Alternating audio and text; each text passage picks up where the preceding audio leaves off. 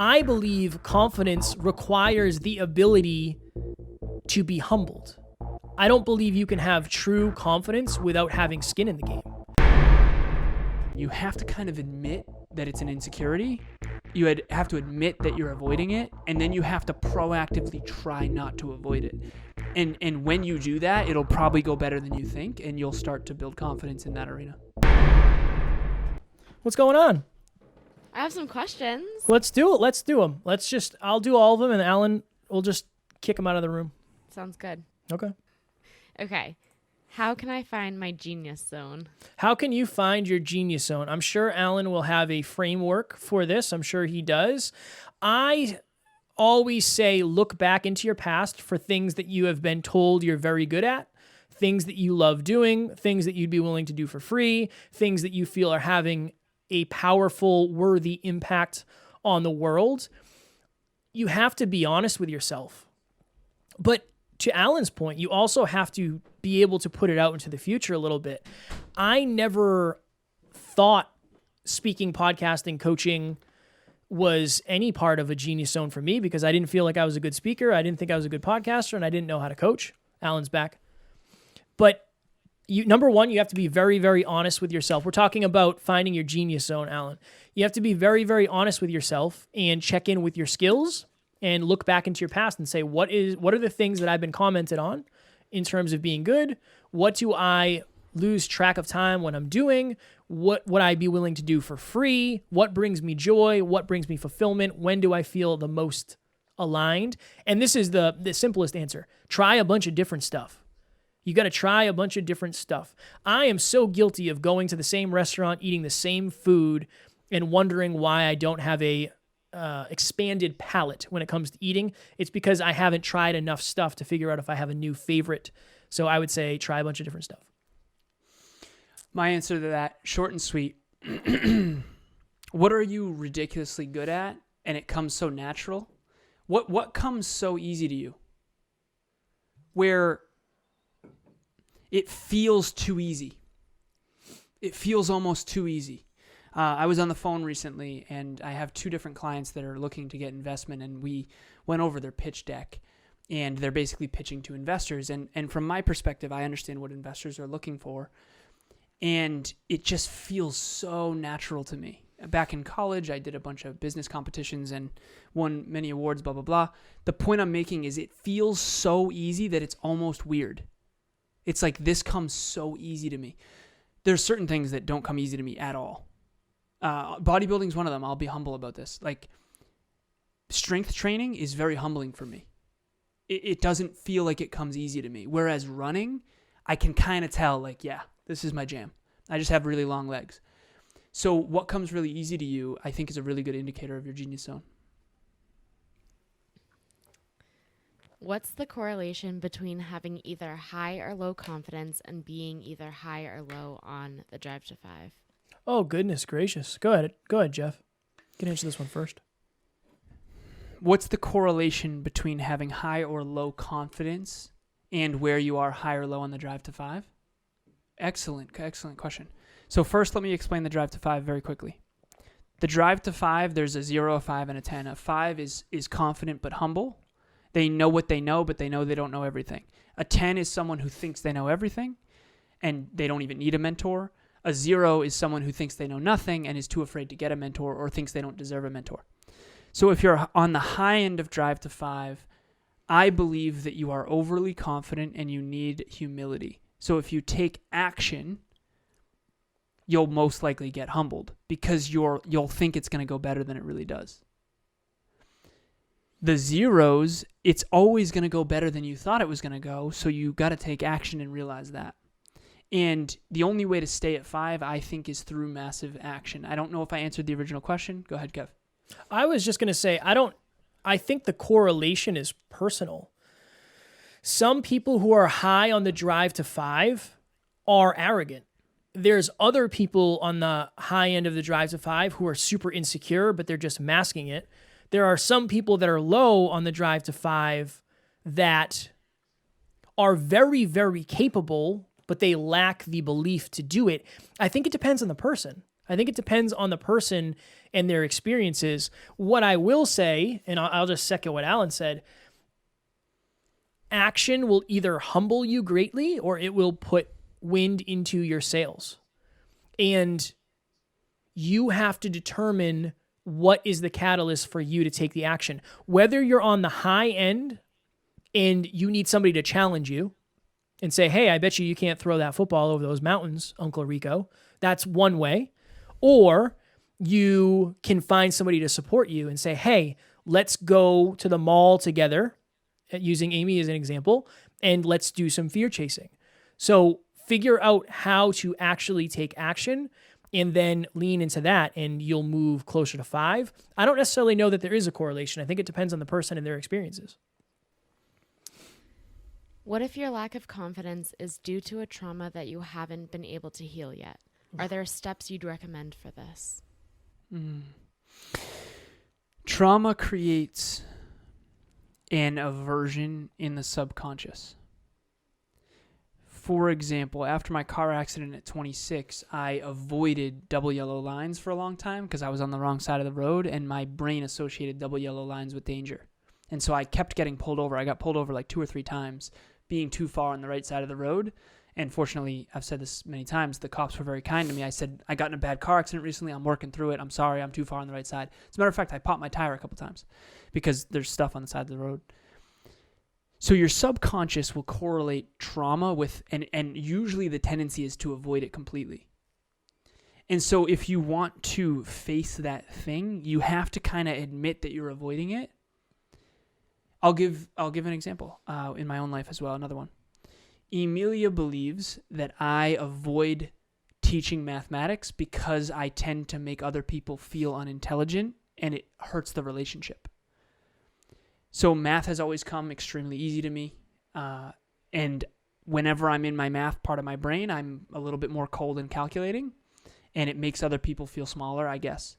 And she thinks that it's hard for me to be mathematical and to teach math because of 2 reasons. One, she thinks that it made other people insecure in my past. And there's actually a story I've told in the podcast about how I proved the statistics book wrong. The entire class, including the teacher, made fun of me. And then I brought the book to the I think, more intelligent teacher, and we proved it on the whiteboard, and I proved the statistics book wrong, and I was right, even though everyone else was like, you're 16 years old, you really think the textbook's wrong, Alan? Mm-hmm. So that trauma created an avoidance. The avoidance was, I don't like to teach math to people who are insecure about their intelligence because it triggers their insecurity and makes the relationship get hurt. So to answer the original question, you have to kind of admit that it's an insecurity. You have to admit that you're avoiding it, and then you have to proactively try not to avoid it. And when you do that, it'll probably go better than you think, and you'll start to build confidence in that arena. A little exposure therapy, I think, is the answer after you, or therapy is always my first answer. Go talk to somebody about it and dig deep into your subconscious, like Alan said. I think exposure therapy is the next step. I remember when I was playing, I think I was playing Farm League or Little League. The sun was in my eyes. Somebody threw me a ball and I missed it and hit me right in the face and broke my nose. And it was brutal, the worst pain ever, even though in retrospect, it probably wasn't as bad as I thought it was. But for a long time, I was afraid anytime a ball would come and I had to put my glove in front of my face. So I'd duck my head out all the time. Start with slow pitches. Start with tennis balls. Start with slow pitches. Work your way up to faster pitches. And then you get to the point where you forget it even happened. I think any sort of personal trauma is a little bit different. There's probably a lot more work to do, but you have to start small and then continue exposing yourself to the things that scare you. Alan, who's gonna play you in the movie when they have that scene of you questioning the textbook? Who would you like to play you in that movie? The movie of your life. You're funny, man. You actually want me to answer that? No. We don't have enough time. That's gonna be a great scene though. So I appreciate you, brother. Tune in 25 years. Yeah. Could be up to 2 weeks. Hi, I'm Jennifer Hurvitz. So last year I wanted to quit everything. I wanted to throw in the towel. I wanted to hang up my microphone. And Kevin said no. Kevin said, keep going, Jen. You've got this. And oh my God, I'm going to cry. And I did. Coaches need coaches, y'all. And working with Kevin has been one of the best experiences of my life. Oh my God, I'm crying. Kevin, you are the best. I could not do this without you. And thank you. Thank you for being you and the amazing human that you are. How do you rewrite hardcore wired beliefs that you are worthless no matter what you do? That is a powerful question. I appreciate whoever had the courage to ask that. You have to understand that somebody implanted that in your brain. You just have to surround yourself with people who don't believe that, who are going to rewire that. That's all it is. It's just a new code. It's just a new code. You're working on old software that somebody else uploaded that you don't necessarily have the ability to shift yet. You have to surround yourself with people who will help you break that limiting belief. Think of it this way, and I've seen this meme before online. If you spend enough time around me, I will brainwash you into thinking anything is possible. Alan's done that with me to a drastic level. You've been brainwashed the wrong way. Spend time around people who will brainwash you in the right way, the empowering way. And I know brainwash can be a negative word, but spend time around people who can shift your beliefs in a positive manner, so much so that you forget all of the BS that you've been taught for most of your life. It's the people, places, things, and ideas that you surround yourself with.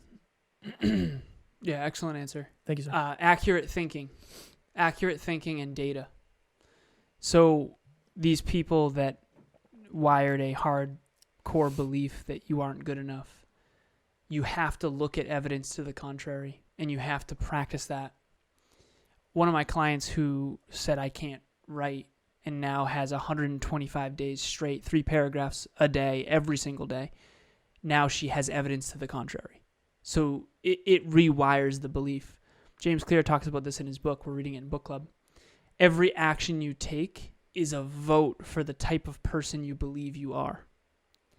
So if Kevin believed I can't be a podcaster, but then podcasted anyway, he believes a little bit more, I can be a podcaster. I can be a podcaster. I can be a podcaster. 150 episodes in, he said it crossed threshold, and now he's like, I'm a podcaster, and he actually embodies and feels that way. We were talking about this earlier.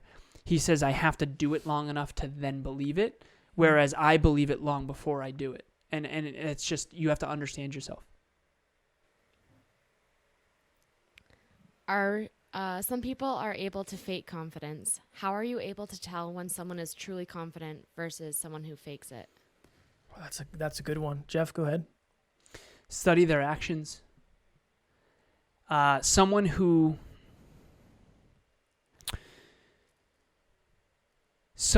doesn't follow it up with actual change.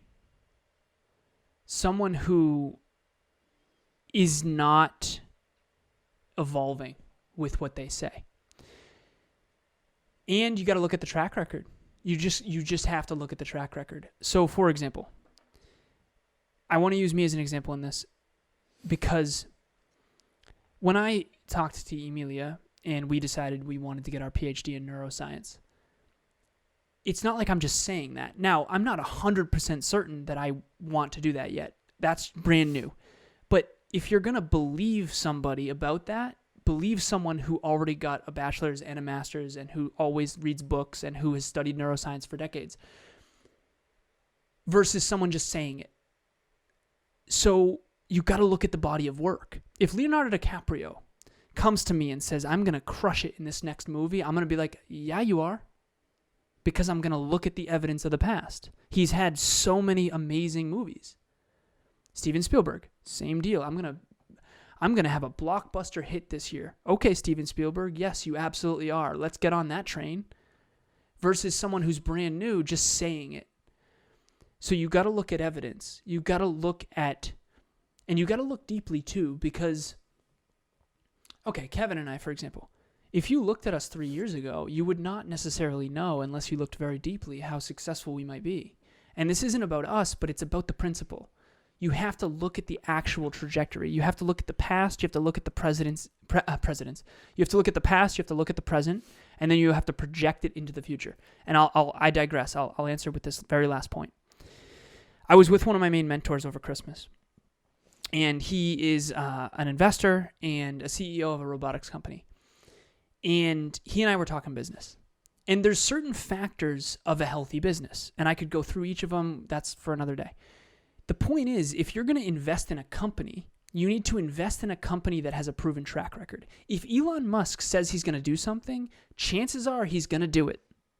If Joe Schmo says he's going to colonize Mars, chances are that's just someone who's not confident, they're arrogant, and they're delusional, and they're full of it. So you kind of have to look deeper at their behavior. You have to look at their track record. You have to look at the past, the present, and then extrapolate the future.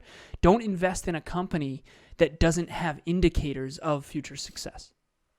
In a simpler form, I believe following confidence without action is a reckless decision. Early on, Alan and I, and I've told this before, but I want to frame it in this new way. Alan and I got a lot of pushback of, oh, you're going to be podcasters. Oh, you should do this different. This should be different. You shouldn't work together. Exactly 0 of those people were podcasters that told us that. I struggle to take advice from people who aren't taking the actions I'm taking because that confidence oftentimes is arrogance. It can be arrogance, not because somebody is intentionally being arrogant. It's because if you've never been in front of the microphone, you don't have the action required to give you the humility to say, yeah, honestly, that's way harder than I thought it would be. Alan and I had that today. Alan's got new equipment. We spent a lot of time doing that, catching up on business. That's very humbling. So I believe confidence requires the ability to be humbled. I don't believe you can have true confidence without having skin in the game. I believe that if you're not taking part in the advice that you're giving, that person probably isn't confident. How can you confidently say your podcast should be this way if you're not doing it? So I think you have to lead by example. Very similar to what Alan said. Confidence without action turns into arrogance because you don't have the checks and balances. You don't have the ability to be humbled. You don't have the ability to be humiliated. That's a whole nother thing. And we've talked about Alan doing his fitness show where he thought he would win and he didn't end up winning. Luckily, Alan used that as a positive. But I was giving Alan feedback at the time and I said, Alan, I've already done a fitness show. I know you're going to lose. I know you're not going to win. You haven't done it right. And Alan said, well, I think I will. And then he didn't, but he won his next show. I had already taken action. So I was confident in the fact that Alan was going to get the result he was going to get, and I ended up being right, and that doesn't matter. But I believe it does require action. No action, no confidence. 30 seconds. My girlfriend Emilia was about to start a podcast, the Y Power podcast. Someone in her life said, there's no money in podcasting. Ah, yes. 2 days later, Joe Rogan sells his podcast to Spotify for $100 million. There's not no money in podcasting. Whoever said that it doesn't have the awareness to make a statement like that. It's not true. It's not based on data. It's not based on truth. It's not based on fact. This person's never done a podcast in their entire life. They were just saying something that they believed based on no evidence. So that's another thing as well. Next Level Nation, it is 7 o'clock Eastern Standard Time. As you can see below Amy is reading feverishly. Group 5 of Next Level U group coaching starts January 4th. We are only doing one of these a quarter, so if you miss this one, you have to wait until April. And we all, Alan and I included, I'm sure, set New Year's goals. We set resolutions. We set intentions. Turn your resolutions into results. That's what we're going to be doing with this group coaching. Make 2022 the best year of your life. The only thing that's going to change your life is you, and Alan and I would love to help you do it. What could your life be if you got around 10 next level people and tracked your habits daily and had accountability based on the group?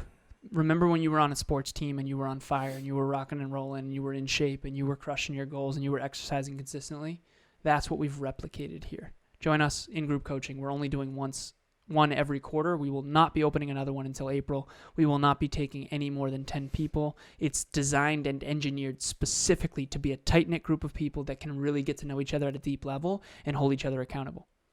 For those of you who joined us live, we appreciate you. Grateful for all of you. If you didn't, you are more than welcome to join us live every single Monday, 6 p.m. Eastern Standard Time. As always, at NLU, we do not have fans. We have family. We love you all, and we will talk to you tomorrow. Thank you, Amy. Welcome.